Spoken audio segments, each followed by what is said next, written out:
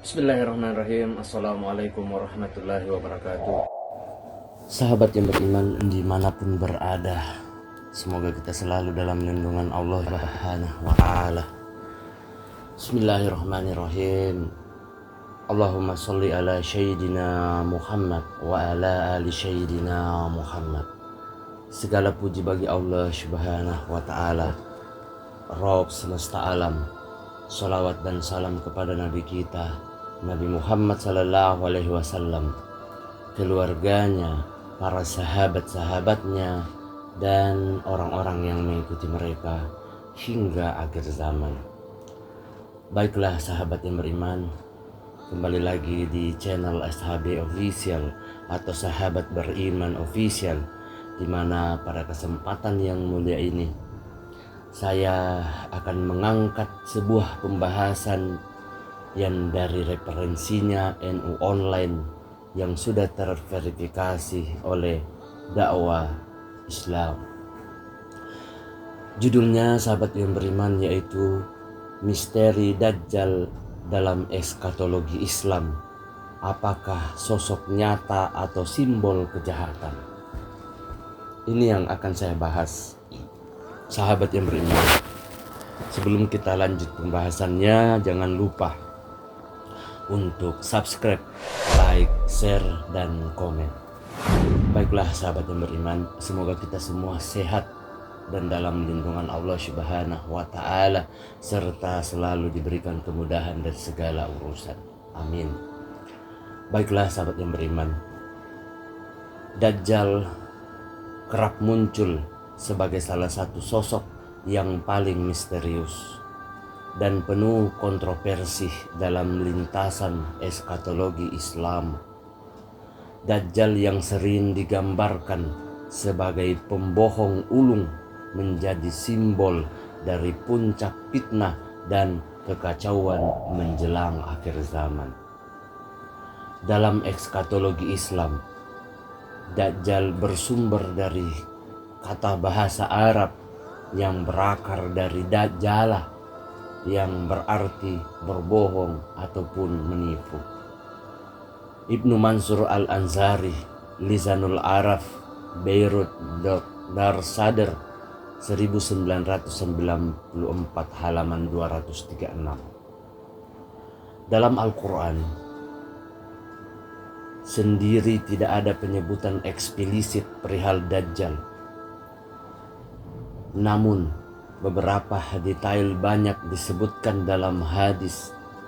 Dengan demikian penting bagi kita untuk mengimani perkara yang gaib, atau dalam ilmu tauhid disebut dengan sam'iyat, yaitu di mana segala sesuatunya tidak bisa dijangkau dengan akal manusia, melainkan melalui keterangan yang disediakan oleh Allah Subhanahu wa Ta'ala.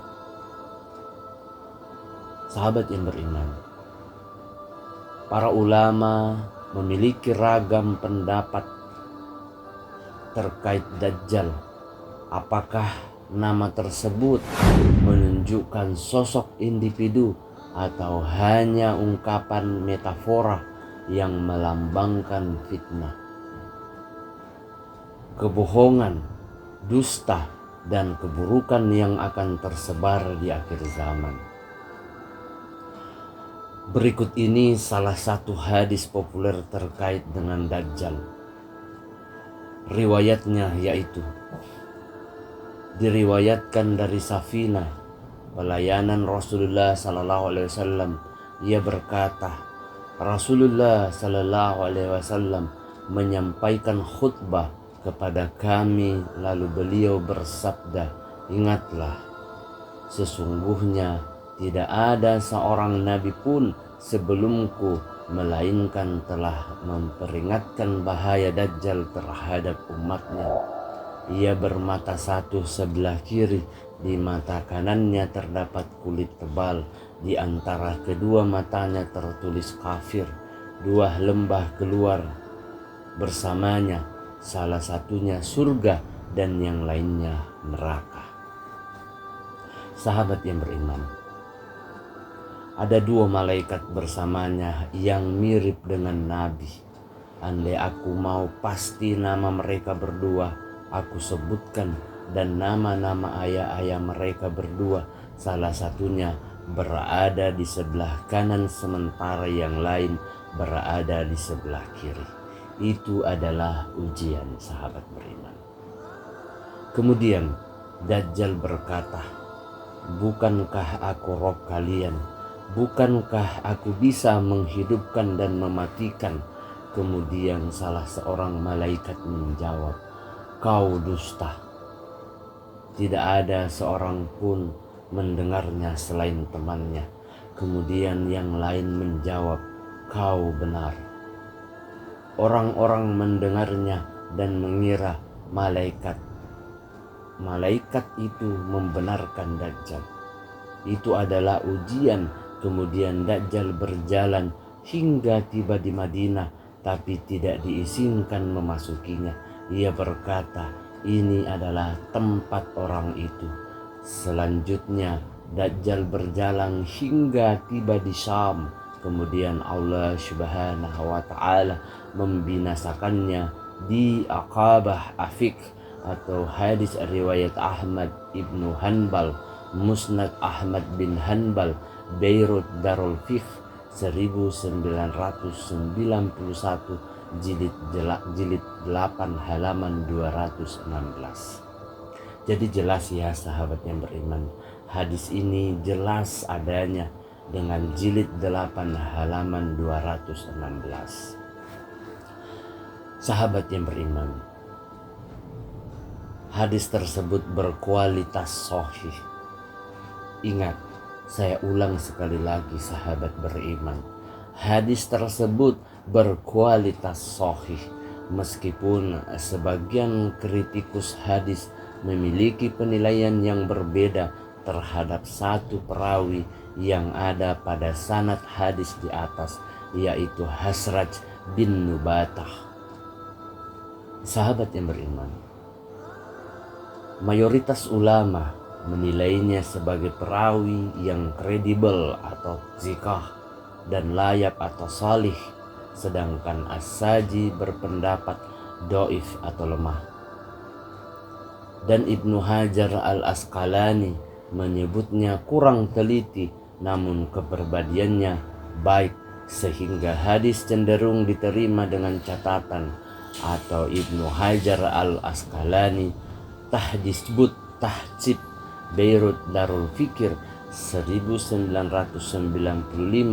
halaman 120. Sahabat yang beriman, Imam An-Nawawi berpendapat bahwa hadis-hadis Dajjal seperti di atas dalil dari Allah Subhanahu wa ta'ala untuk menguji keimanan hamba-hambanya, apakah percaya dengan eksistensi Dajjal atau tidak. Adapun mazhab ahli sunnah wal jamaah, para ahli hadis dan ahli fikih meyakini kebenarannya, berbeda dengan orang-orang Khawarij maupun Mu'tazilah yang mengingkarinya.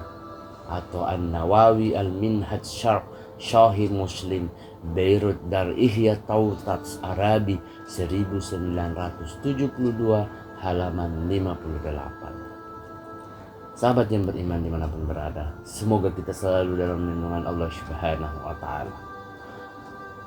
Dajjal sebagai sosok individu. Dari pandangan sebagai Dajjal sosok individu, beberapa hadis menyebutkan karakteristik Dajjal secara spesifik, yaitu wujudnya yang berasal dari kalangan manusia, berambut keriting, keningnya lebar, badannya gemuk, pundaknya bidang, berkulit merah, dan salah satu matanya seperti buah anggur. Dajjal juga diberikan oleh Allah Subhanahu wa ta'ala kemampuan yang luar biasa untuk menguji ketakwaan manusia. Ia mampu mengeluarkan sihir, menghidupkan orang mati, menurunkan hujan, dan menyuburkan tanah, dan bergerak dengan cepat di muka bumi. Jadi sahabat yang beriman, Kita perlu hati-hati dengan hal-hal yang sudah disebutkan atau yang saya bahas ini mengenai Dajjal punya kemampuan yang diberikan oleh Allah Subhanahu wa Ta'ala. Imam An-Nawawi juga menyebutkan bahwa tanda kafarah atau bermakna kafir pada dahi Dajjal adalah sebuah petunjuk yang kuat atas kedustaan dan kekafirannya. Allah Subhanahu wa Ta'ala akan menampakkannya kepada orang Islam dan menyembunyikannya dari orang yang akan terperdaya oleh sosok tersebut. Mayoritas riwayat yang menggambarkan Dajjal adalah dengan menyebut ciri-ciri fisik yang jelas hingga tanda kehidupannya. Maka berdasarkan keterangan ini, Dajjal akan datang dengan wujud manusia yang hakiki, bukan metafora. Salah satu ulama kontemporer yang juga mewakili pandangan ulama klasik dalam memandang hadis tersebut secara tekstual adalah Syekh Muhammad Syair Hamadan Al-Buti dari Damaskus, Suriah, atau Pipin Armita dan Jani Arnin Dinamika, pemahaman ulama tentang hadis Dajjal, atau jurnal Ushuluddin volume 25 nomor 2 Juli sampai Desember 2017 halaman 215. Jadi semuanya di sini jelas, sahabat yang beriman. Kemudian dari sisi sifat atau simbol, Dajjal sebagai sifat atau simbol berbeda dengan pandangan di atas.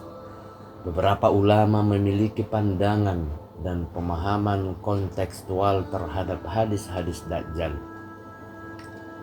Beberapa ulama kontemporer bahkan cenderung merelevansikan beberapa matan hadis tersebut dengan keadaan umat manusia dan perkembangannya di zaman modern terkini.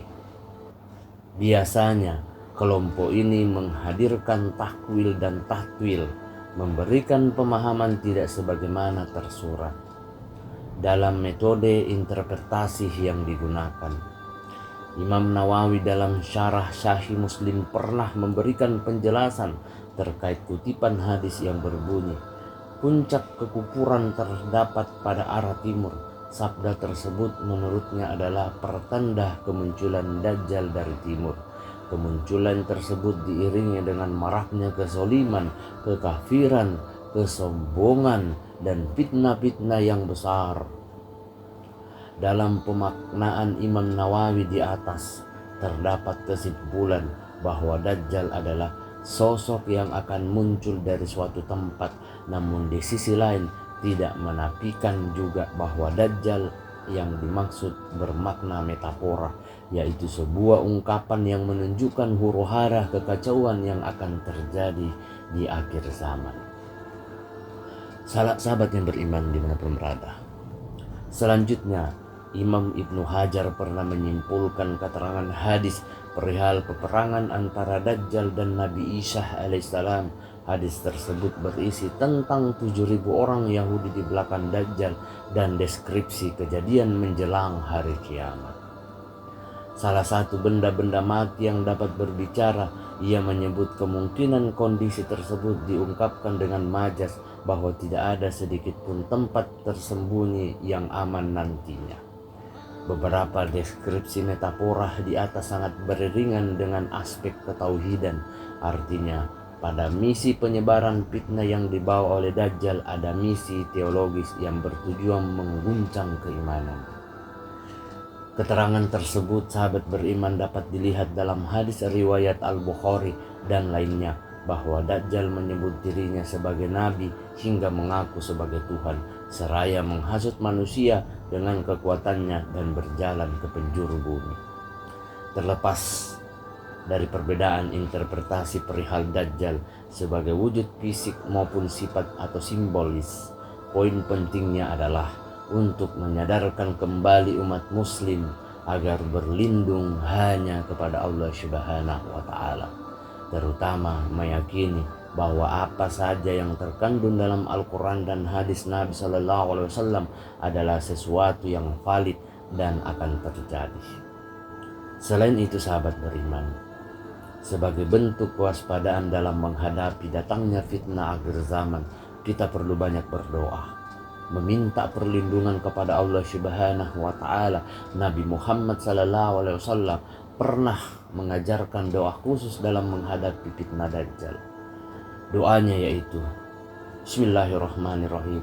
Allahumma inni usubika min azabi jahannamah wa min azabil qabr wa min fitnatil mahya wal mamat wa min syarri fitnatil masjidid dajjal. Yang artinya, sahabat beriman, ya Allah, aku berlindung padamu dari siksa neraka, dan aku berlindung padamu dari siksa kubur, dan aku berlindung padamu dari fitnah dajjal.